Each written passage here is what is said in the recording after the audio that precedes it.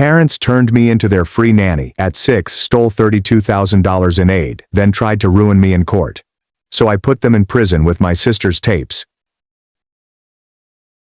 In my family, the eldest daughter was supposed to raise the children born after her. Please don't help me. Do not babysit. However, from the moment they returned home from the hospital, she became their actual mother. I changed my first diaper when I was 6 years old.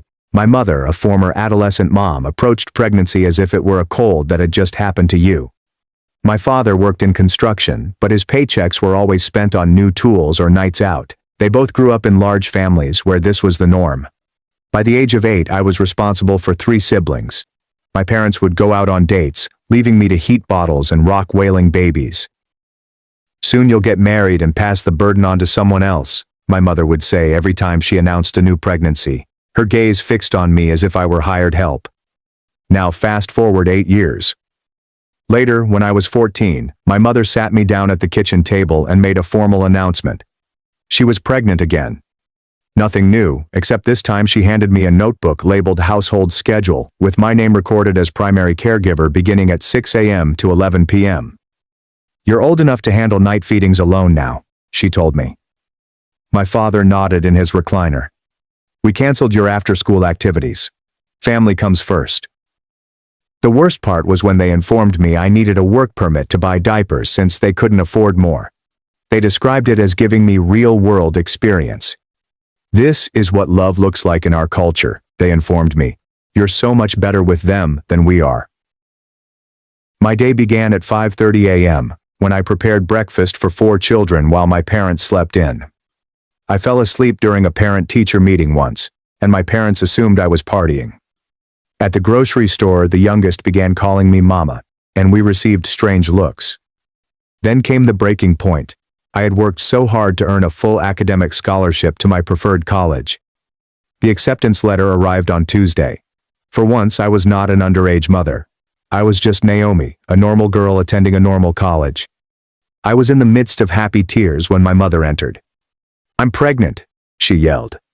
My face sank. It was twins. That was the same week when my father chose to be even more inattentive than normal.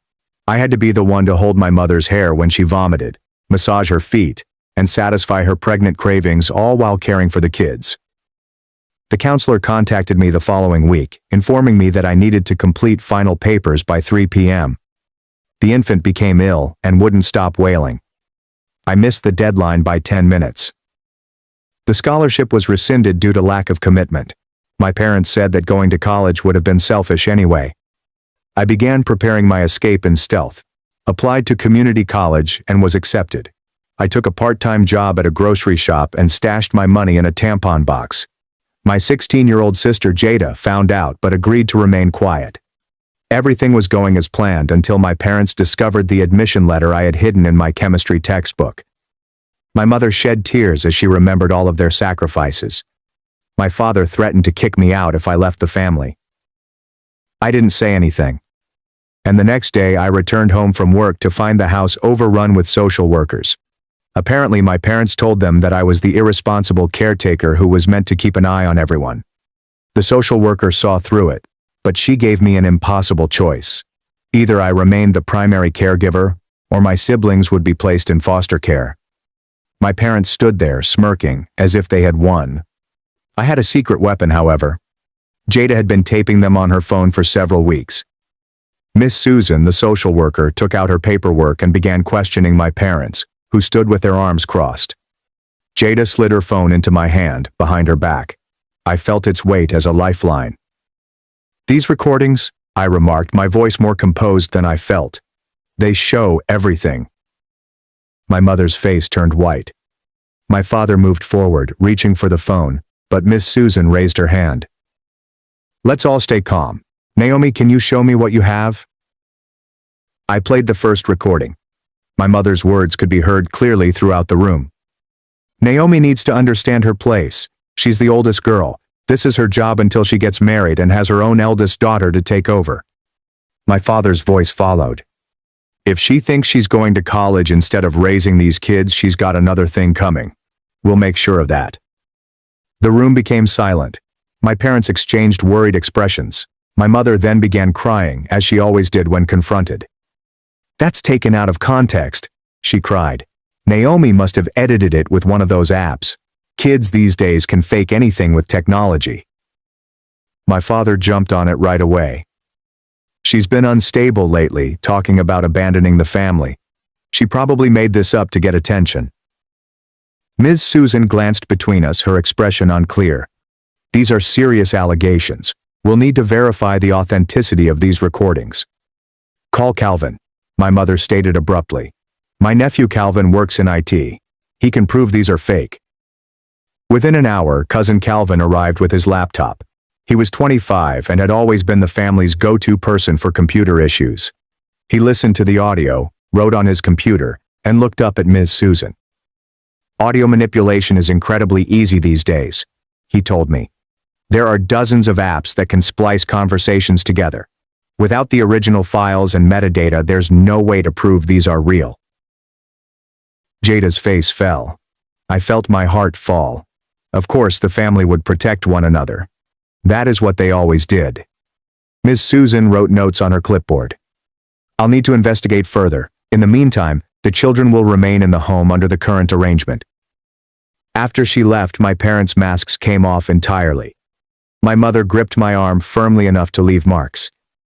"You think you're so smart. We're calling a family meeting. Let's see what Grandma Emma thinks about you trying to destroy this family." The next morning, our house was packed with relatives. Grandma Emma sat in the main room like a queen, holding court. She was my mother's mother, the matriarch who had reared 12 children and thought that adversity develops character. "I hear you've been making trouble," she began when she first spotted me. "Recording your parents like some kind of spy. In my day, children who disrespect their elders got the belt." My aunts nodded in accord. Uncle Vincent, the lawyer, sat alongside her and took notes. My mother had previously contacted him about representing them if things escalated. "Naomi's always been difficult," my mother explained, drying her eyes. "We've tried everything. We even found a counselor friend who's been documenting her behavior issues." She produced a folder filled with papers. I recognized the letterhead from Mrs. Patterson's counseling firm. She and my mother had attended high school together. The document said I exhibited significant attachment dysfunction, oppositional defiance, and pathological lying. "These are fake," I protested, but Grandma Emma cut me off with a glance. "Children who won't fulfill their family duties are sick in the head," she told me. "Your mother did her duty, I did mine. Every woman in this family has done theirs. You think you're special?" The family divided into camps over the next few days. Several cousins informed me personally that they understood, but none spoke up publicly. Most people sided with my parents. Family traditions were sacred. Breaking it entailed betraying everything they stood for. My parents filed documentation in court, claiming I was mentally unwell and had turned the younger children against them. They wanted emergency custody formally transferred to them, with me banned from any caregiving responsibilities. The irony was not lost on me. "You're going to regret this," my father said that night. "We've given you everything, a roof over your head, food, a purpose, and this is how you repay us?" The locks were changed the following morning. When I returned home from my job at the grocery store, I discovered that my key did not work. My clothing was in rubbish bags in the yard. The restraining order was taped to the front door. They said I had threatened them at the family gathering. Jada gazed from her bedroom window, tears running down her cheeks. She put up her phone and said, "I'm recording." But what good would that do when the entire family was against us? That night I slept in my car, which was parked behind the grocery shop. My manager caught me the next morning when he arrived to open up. I begged him to not say anything. I need this job more than ever. But word spreads quickly in our small community. By the end of the week, 3 of my father's construction crew buddies had visited the business. They didn't say anything directly, just stood in my checkout line, purchasing single items and making remarks about ungrateful children who didn't respect their parents' sacrifices. My manager summoned me to his office the next day. "I'm sorry, Naomi, but we've been getting complaints. Customers say you seem distracted, that you're making mistakes. With everything going on, maybe it's best if you take some time off." "Please," I begged. I need this job. I don't have anywhere else to go. He appeared uneasy. It's just temporary until things settle down with your family situation. However, we were both aware that it would not be temporary. In a small town where my father's group conducted half of the construction work, crossing him had serious implications. I stayed in my car for the next 2 nights until the women's shelter had a bed available. The intake worker grimaced when she saw my restraining order. Your parents filed this against their own daughter? I simply nodded, too fatigued to explain. The shelter was loud and packed, but it was preferable to my car. I had a bed, a locker for my belongings, and access to the shower. I could work out the rest later. The family court hearing was scheduled for next week. My parents had Uncle Vincent represent them pro gratis. I had no one. Legal aid claimed I didn't qualify because I wasn't the one seeking custody. The morning before the hearing, I put on my best clothes, which were wrinkled from being stored in my car. Jada texted me that they've been coaching the youngsters all week. I apologize. When I stepped into the courtroom, my parents appeared to be model citizens. My mother dressed conservatively. My father wore a suit that I had never seen before. They had brought character witnesses from their jobs, my mother's supervisor from the dental office where she worked part-time, and my father's foreman. Mrs. Patterson was also present, armed with bogus therapy notes. Your Honor, Vincent's uncle replied, my clients are hardworking parents doing their best with a troubled teenager. Naomi has always had difficulty accepting authority. These recordings she claims to have are clearly fabricated, as our IT expert will testify. Calvin addressed the stand and reiterated his allegations concerning audio manipulation. He showed the judge instances of programs that might generate false interactions. He was slick, professional, and convincing. Then my parents testified.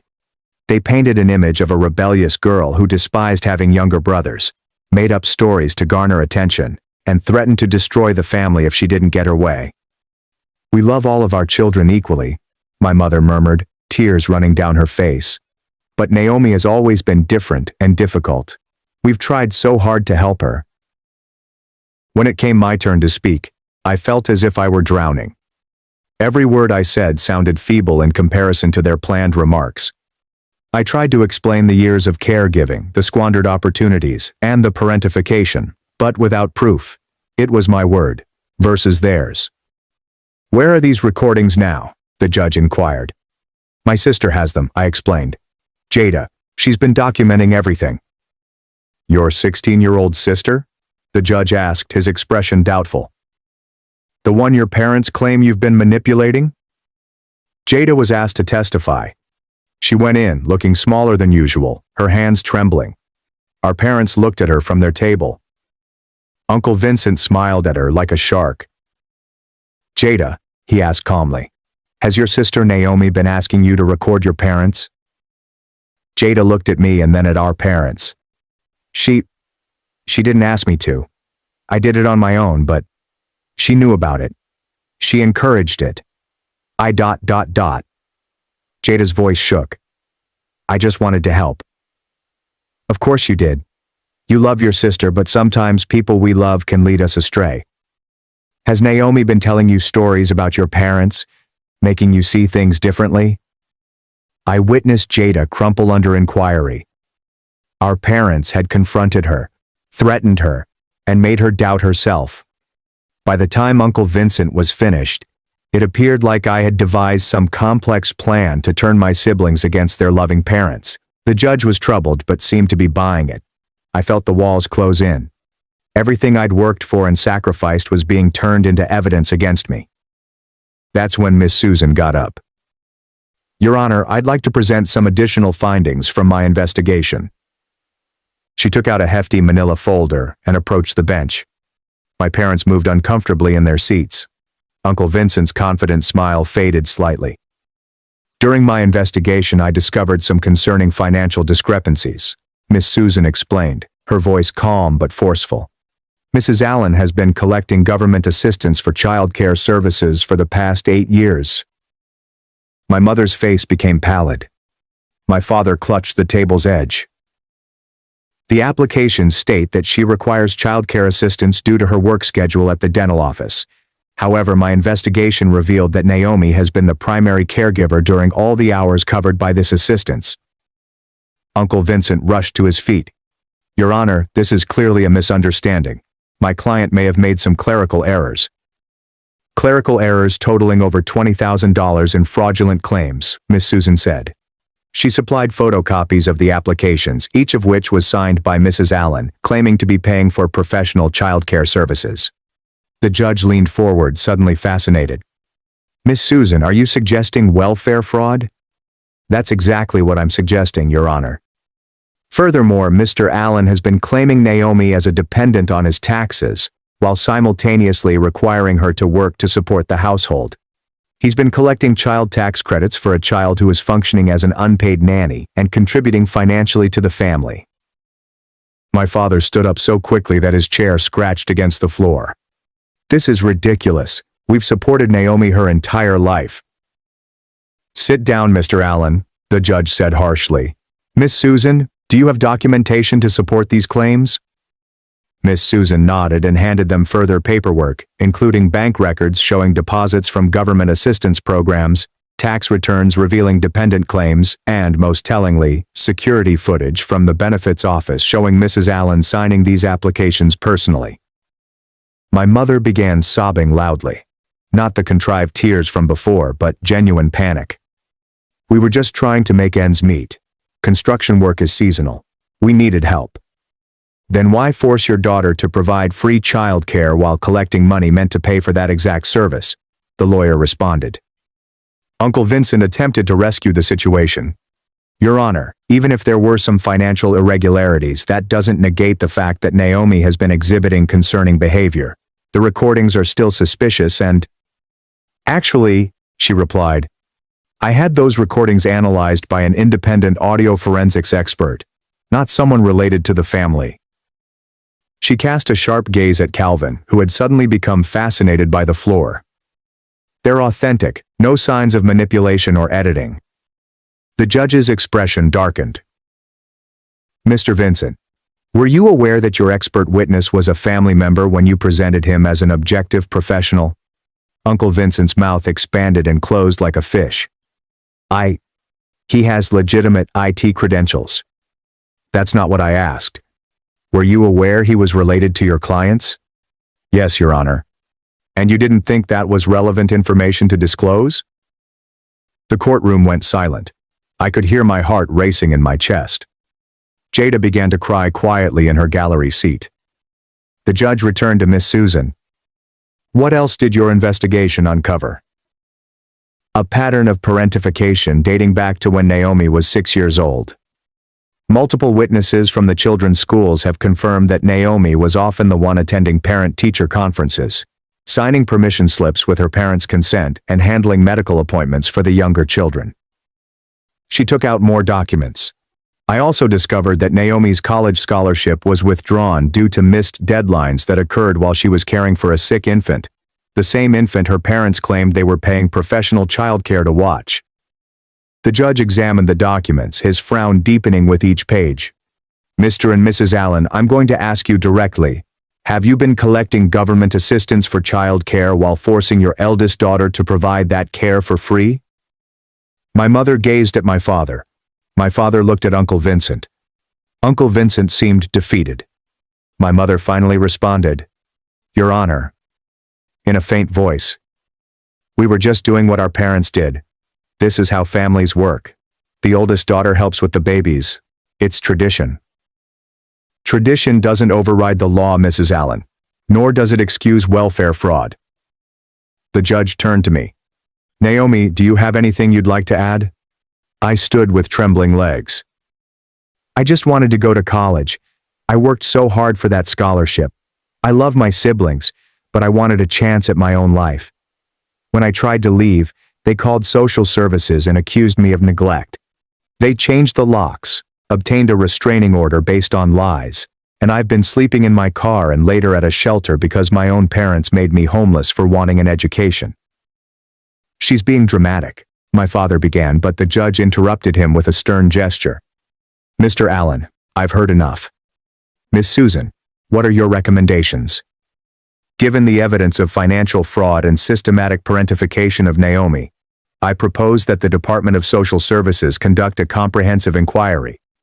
I also propose that Naomi's restraining order be vacated immediately, as it appears to have been obtained under false pretenses. The judge nodded. I'm inclined to agree. I've also requested a forensic accounting assessment of the Allen family's finances. Mr. and Mrs. Allen, you should be informed that benefit fraud is a criminal act that may result in prosecution. My parents went white, and Uncle Vincent began gathering his papers, evidently trying to distance himself from the situation. Furthermore, the judge said, I'm ordering temporary custody of the minor children to remain with their parents under the strict supervision of social services. Naomi, you will not be required to offer any child care. Any disobedience of this order will result in the immediate removal of the children. But who will be watching them? My mother cried. We can't afford it. Perhaps you should have thought of that before committing fraud with the money meant to pay for child care, the judge observed coldly. The court has adjourned. Mr. and Mrs. Allen should not leave the state. You will be notified of the criminal investigation proceedings. The gavel fell with a finality that rang through the courtroom, and my parents sat stunned, the reality of their situation finally hitting in. They tried to capture me, but instead trapped themselves. Outside the courts, Miss Susan approached me. Naomi, I understand how daunting this is, but you should realize that the forensic accountant will most likely uncover more than just the child care fraud.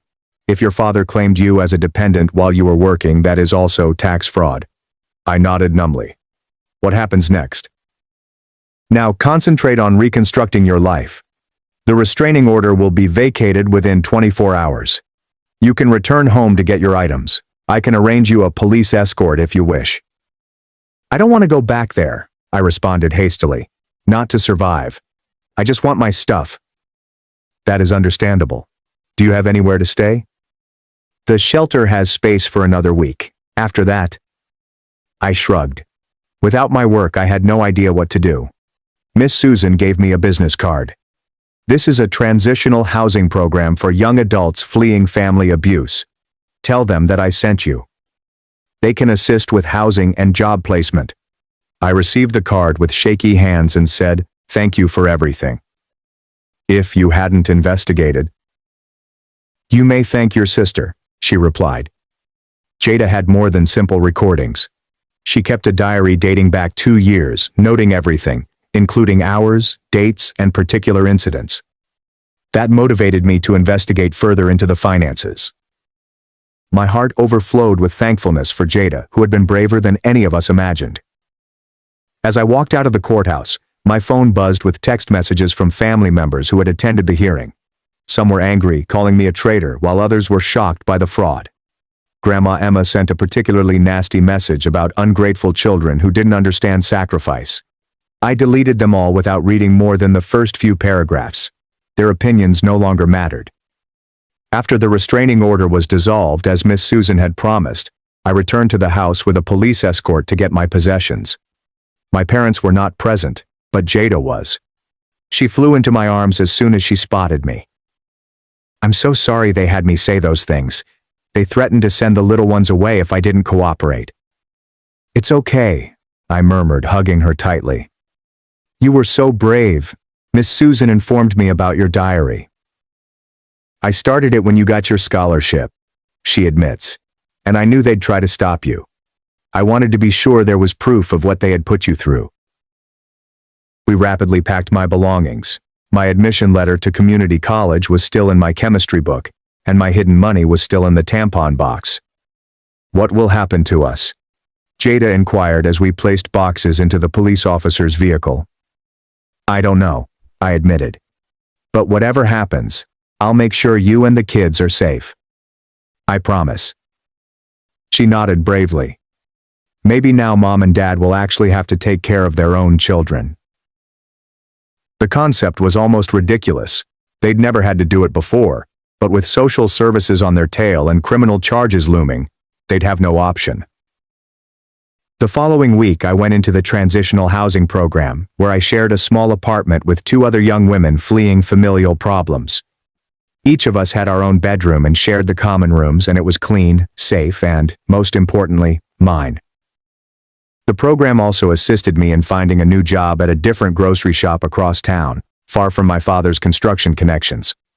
The manager there was aware of my situation and accommodating with scheduling around my community college courses. Yes, I chose to still go. The acceptance was still valid, and with financial aid and my new employment, I could make it work. It wasn't the university scholarship I had hoped for, but it was a step ahead. 2 weeks after the hearing, my parents were formally charged with benefit fraud and tax evasion. The forensic accountant discovered exactly what Miss Susan predicted. Years of bogus claims totaling more than $30,000. Uncle Vincent declined to represent them, citing a conflict of interest. They had to utilize a public defender. The irony was not lost on me. They had said I didn't qualify for legal assistance, yet now they needed it too. My father's construction boss had cut his hours after hearing about the charges, and my mother had been suspended from her dental practice pending the outcome of the criminal case. Jada kept me informed through carefully worded texts, and our parents were in a state of panic. They had been ordered to pay back all the fraudulent claims, plus penalties, and the house might have to be sold. For the first time in their lives, they had to parent. There was no eldest daughter to delegate tasks to, and no government money to collect while someone else performed the labor.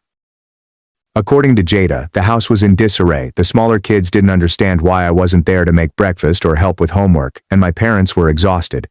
Within days, Mom actually had to change a diaper yesterday. Jada texted me one evening. She acted like it was the end of the world. I should have felt vindicated, but instead I felt sorry. Sorry for my siblings who were confused and terrified, sad that it had come to this. And even sad for my parents who were so caught up in their own upbringing that they couldn't see how wrong it was. Grandma Emma called an emergency family meeting, to which I was clearly not invited. Jada said that it was a disaster. Half of the family believed my parents were victims of an ungrateful daughter, while the other half quietly admitted they'd noticed the warning signals but had chosen not to intervene. During one of our phone calls, Jada told me that cousin Amanda rose up and said she went through the same thing, and that Grandma Emma forced her to raise her 5 younger siblings as well. Then Aunt Nadine said it happened to her, and everyone began arguing over whether it was tradition or abuse.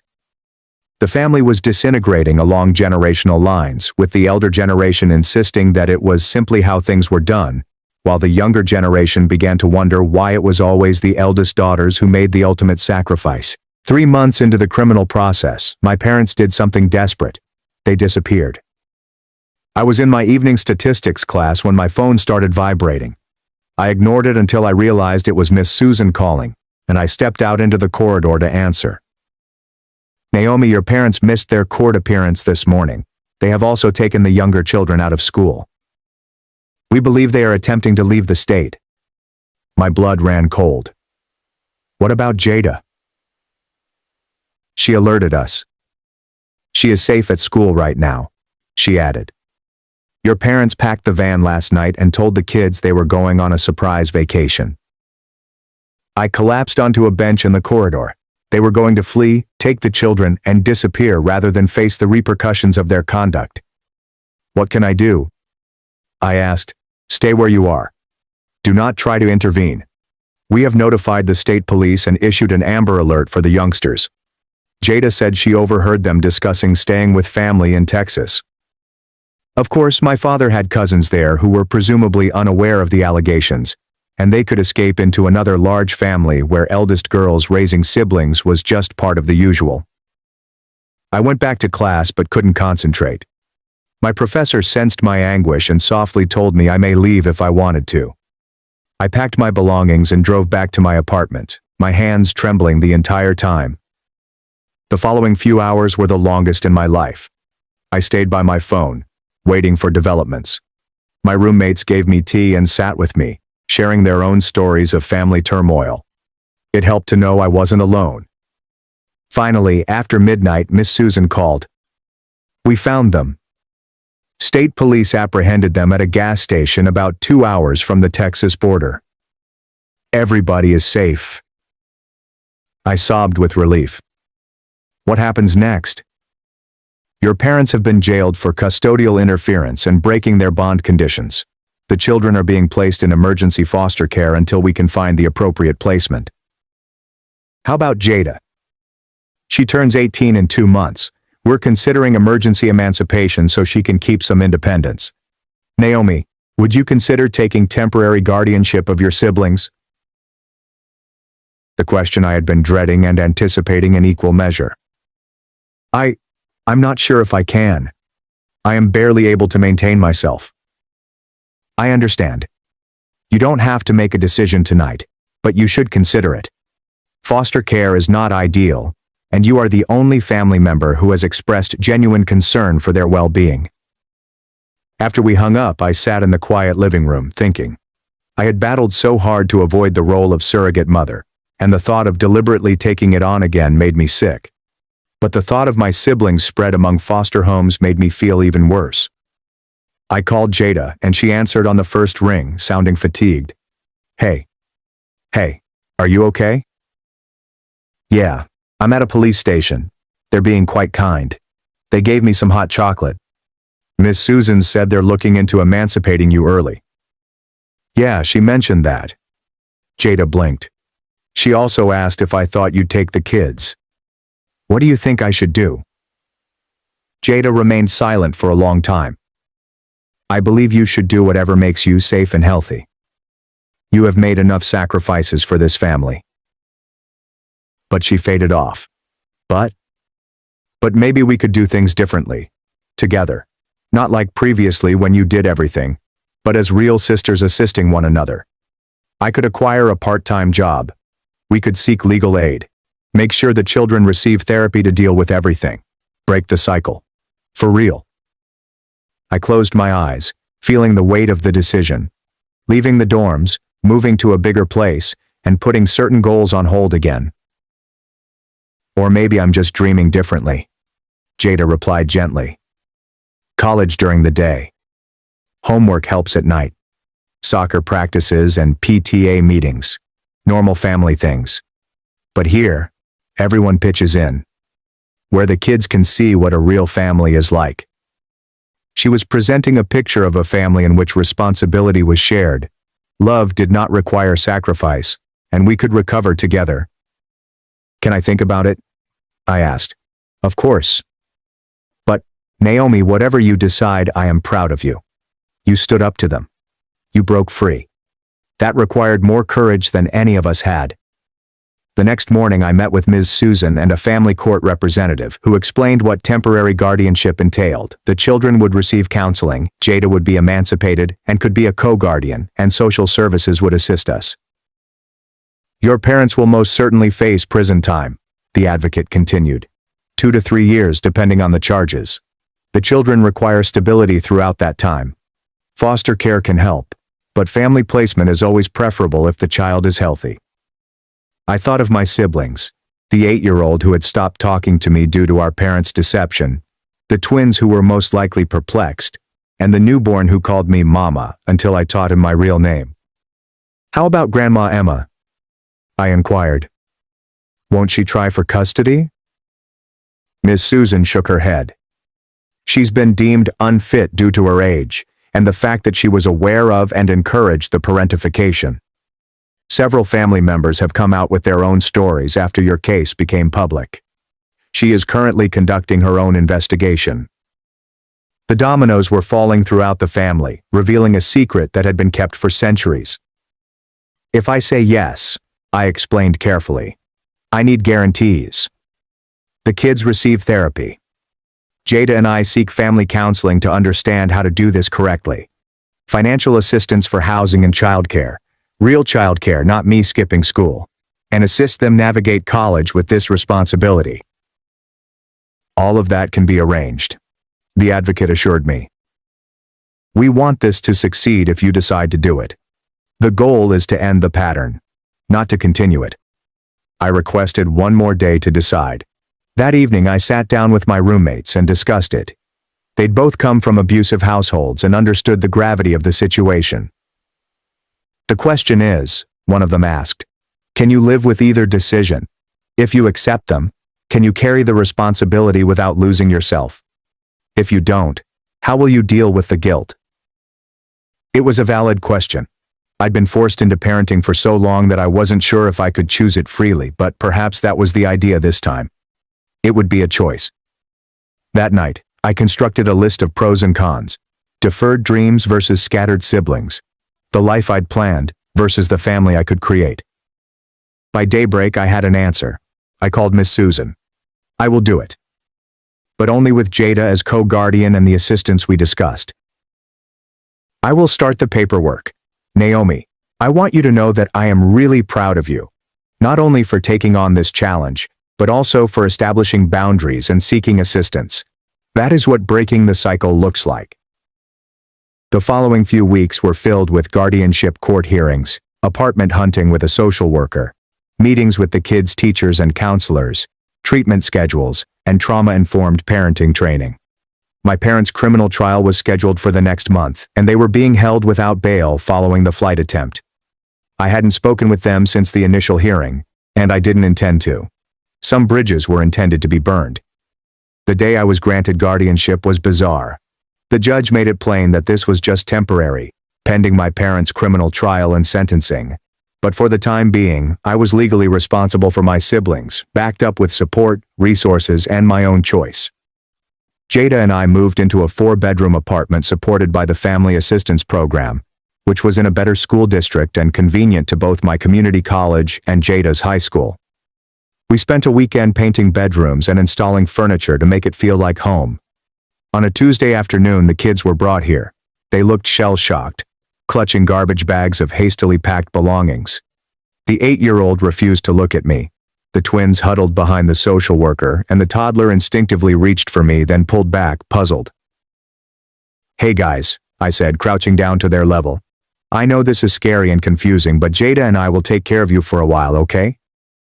This is your new home." "Why can't we go home?" one of the twins inquired. "Because Mom and Dad made some bad choices and have to face the consequences," Jada answered gently. "But we'll be fine. All of us together." It wasn't easy. The first week was filled with tantrums, tears, and questions I didn't know how to answer. The 8-year-old finally broke down and acknowledged that his parents had told him that I was attempting to steal them away. It needed a patient explanation from his therapist to help him comprehend the truth. We eventually settled into a rhythm, though. Jada and I split the morning routine. I handled breakfast while she dressed the kids, and we hired a real babysitter for the hours between school and when one of us could be home. The kids did homework at the kitchen table while I cooked dinner, and Jada assisted with baths and bedtime while I studied. It wasn't the college experience I had hoped for, with no dorm parties or late-night library study sessions, but it was real. It was mine and ours. Despite the chaos at home, my grades remained excellent, thanks to the understanding of my community college teachers who had gone through similar situations and gave extensions when family court dates interfered with exams. 3 months into our new arrangement, something lovely occurred. I was preparing dinner when the child tugged on my shirt. "Naomi," he continued, using my real name. "Can I help?" I offered him a wooden spoon to stir the pot while holding my hand over his to assist him. "Good job, buddy." "I love you, Naomi," he remarked matter-of-factly, before toddling away to play with his blocks. Jada caught my eye from across the kitchen, where she was helping with math homework, and we both had tears in our eyes. This was what love was meant to look like. Choice, care, and constructing something greater, without obligation, tradition, or shame. My parents' trial began the following week, and Jada and I agreed to leave the kids at home that day because we didn't want them to see their parents in orange jumpsuits and shackles. However, we watched the television coverage that night after they were asleep. Both parents pleaded guilty to reduced charges in exchange for shorter sentences. 2 years for the fraud, and 3 years probation afterward. They would have to pay restitution and attend parenting sessions if they wanted to regain custody after their release. "Do you believe they will try?" Jada asked as we turned off the television. "I don't know," I acknowledged. "Perhaps prison will change them. Perhaps they will recognize what they have lost. Or maybe they'll get irritated and attempt to go back to the way things were." "We'll be ready anyway," Jada stated confidently. "The children are in therapy. We are documenting everything. We're doing this correctly. She was right. We had 2 years to create a stable, healthy household, 2 years to help the children heal, and 2 years to demonstrate that the cycle could be broken. I reflected on the scholarship I'd lost, the dorm room I'd never sleep in, and the traditional college experience that had slipped away. But as I sat in our living room, listening to Jada quiz herself for a history test while I worked on calculus problems, I realized I hadn't lost my dreams. They'd simply changed shape. I was still going to graduate and transfer to a 4-year university. It would take longer, be more difficult, and require more juggling. But I'd also have something else, a family I'd chosen to build, siblings who knew they were loved unconditionally, and a sister who stood beside me as an equal partner. The cycle sustained by our grandma and followed by our mother came to an end with us. Jada and I would make errors, of course, but we would never teach the kids that sacrifice was love. We would never force them to choose between their aspirations and their family. Instead, we would show them that both were achievable with help, boundaries, and the bravery to do things differently. As I closed my textbook for the night, I felt something I hadn't felt in years. Hope. Not just for my own future, but for all of ours. We were writing a new story, 1 page at a time. The sentencing hearing came faster than expected, and Jada and I sat in the back row, watching our parents come before the judge in their orange jumpsuits. They appeared smaller, weakened by months of legal proceedings and the weight of their decisions. The prosecutor lay out the case methodically: $32,000 in bogus welfare claims, 8 years of tax fraud, child endangerment through parentification, custodial interference, and flight to evade prosecution, each with its own penalty. My mother's public counsel argued for compassion, given their terrible upbringing and financial struggle. But the judge wasn't having it. She'd gone over all of the evidence, including Jada's diary and the tapes Calvin had attempted to discredit. "Mr. and Mrs. Allen," the judge said, her voice stern, "you systematically exploited your eldest daughter for nearly a decade. You took government cash intended for her care while forcing her to furnish it herself. You destroyed her educational possibilities. When she sought independence, you utilized the judicial system to punish her." My father clenched his jaw while my mother glanced at the floor. "I am sentencing you to 24 months in state prison, followed by 3 years of supervised probation. You shall pay the full restitution of $32,000, plus penalties. After being released, you must complete a court-approved parenting program before being considered for custody restoration." The gavel came down. My parents were brought away without looking at us, and I felt Jada's hand slide into mine, gripping tightly. Miss Susan met us outside the courts, holding documentation. "The permanent guardianship hearing is next month. Given your parents' sentences and the stability you've provided, I expect things to go well." That afternoon when I picked up the kids from school, Devin, the 8-year-old, had started talking to me again after months of therapy. The twins, Lila and Zoe, ran to the car chattering about their art projects, and little Elliot, now 3, insisted on showing me the dinosaur sticker his teacher had given him. "Where were you and Jada this morning?" Devin asked as we drove home. "We were in court. I had discovered that honesty worked better than avoidance. Your mother and father received their sentences today." "How long?" His voice was small. "In 2 years. You will, however, be able to visit them when they are ready." He nodded, processing. "Will we still live with you?" "As long as you need to." Jada and I are not going anywhere. That evening, as Jada helped with schoolwork and I cooked supper, my phone called. It was an unknown number, and I nearly didn't answer, but something compelled me to. "Is this Naomi Allen?" The voice was unfamiliar and professional. "Yes. This is Victoria Chen with the County Community Foundation. We received your application for the Returning Student Scholarship. I am glad to notify you that you have been chosen as one of this year's honorees." I nearly dropped the phone. I'd applied on a whim, encouraged by my English professor, who had recognized my condition, and the scholarship would pay my remaining community college tuition, as well as the transfer to a 4-year university. Victoria continued. "The committee was particularly moved by your essay about breaking generational cycles while maintaining family bonds." Victoria went on. "The award ceremony is next week, if you're able to attend." After hanging up, I stood in the kitchen, feeling overwhelmed. Jada noticed first. "What's wrong?" she asked, dropping the arithmetic worksheet. Nothing is wrong. I received the scholarship that Professor Allen told me about. Jada squealed and grabbed me tightly, and the kids looked up from their games, puzzled but caught up in our excitement. Does this mean you're going away? Elliot inquired, his lower lip trembling. I kneeled down to his level. No, buddy. This implies I can finish school here and then transfer to a larger institution nearby. I'll still be home every night. The scholarship ceremony was small, held in the community college library, with 20 returning students, each with their own story of perseverance. I wore my best dress, the one I'd bought secondhand for court appearances. Jada and the kids sat in the front row, and Elliot waved enthusiastically every time I looked their way. When my name was called, I walked to the podium on shaky legs, and the scholarship coordinator handed me the certificate and an envelope containing the first installment. It wasn't a fortune, but it was enough to stop worrying about choosing between textbooks and groceries, to hire a reliable babysitter for evening classes, and to believe that dreams deferred weren't always denied. 2 weeks later, Grandma Emma died. Aunt Nadine made the call, her voice perfectly neutral. The funeral is Saturday. You should be aware that certain family members do not believe you should come. I understand, I responded. And I did. The family divide that had begun with my case had never healed. Half of them still believed I had ruined a sacred tradition, while the other half had begun to doubt all they had been taught about family commitments. Jada and I talked about it that night after the kids were asleep.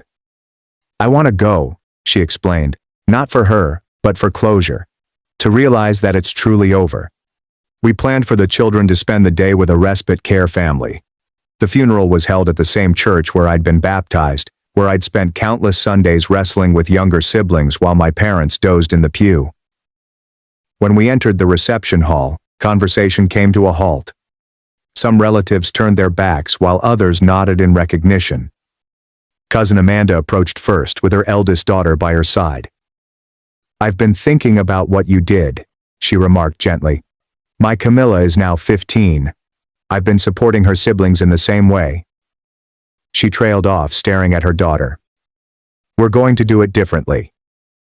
Other cousins approached one by one, some to condemn, others to confess their own troubles, and the generational split was stark. The elder relatives spoke of duty and sacrifice, while the younger ones muttered about abandoned dreams and lost childhoods.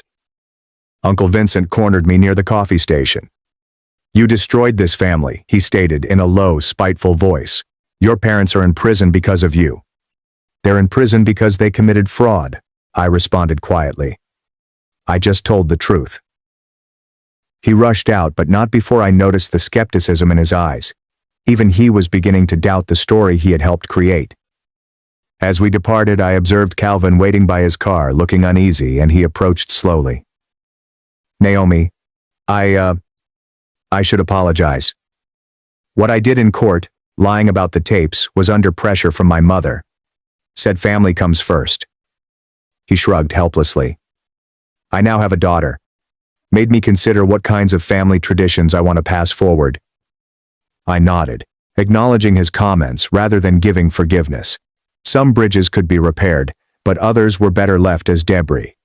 The judge praised the stable home Jada and I had created, noting the children's improved school performance and emotional well-being. As Miss Susan predicted, our parents did not contest the permanent guardianship hearing, perhaps finally realizing that their actions had consequences. The spring semester brought new challenges. I registered for 18 credits, determined to graduate on time despite everything, and Jada juggled her senior year of high school with part-time work at a local bakery. We tag-teamed childcare duties with military precision, color-coding our shared calendar and keeping it constantly updated. The hardest aspect was helping the kids process their trauma. Devin had nightmares about being taken away again. The twins wet the bed when disturbed, and Elliot clung to us constantly, afraid we'd disappear like his parents. Their therapist, Dr. Fiona Grant, became our lifeline, teaching us about trauma responses and attachment healing. We gradually, painstakingly learned to be the solid, dependable presence the kids required. Healing isn't linear, she told us during a particularly difficult week when Devin refused to attend school and the twins were found collecting snacks to conceal in their bedroom. They're testing whether you'll abandon them when things get hard. We did not abandon them. We showed up day after day.